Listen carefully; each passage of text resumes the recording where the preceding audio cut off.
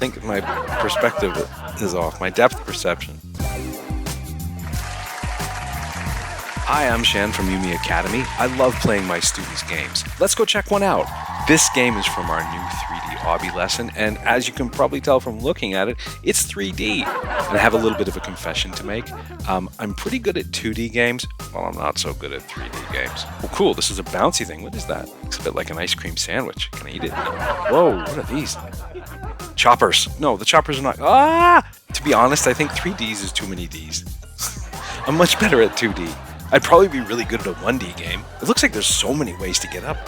Jump on the bouncy sandwich. I wish it was a sandwich. Man, I'm hungry.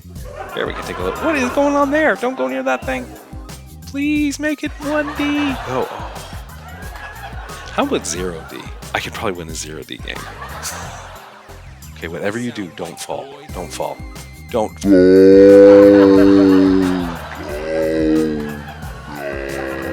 We want to teach more kids how to create their own video games. If you want to help us out, like, share, or subscribe.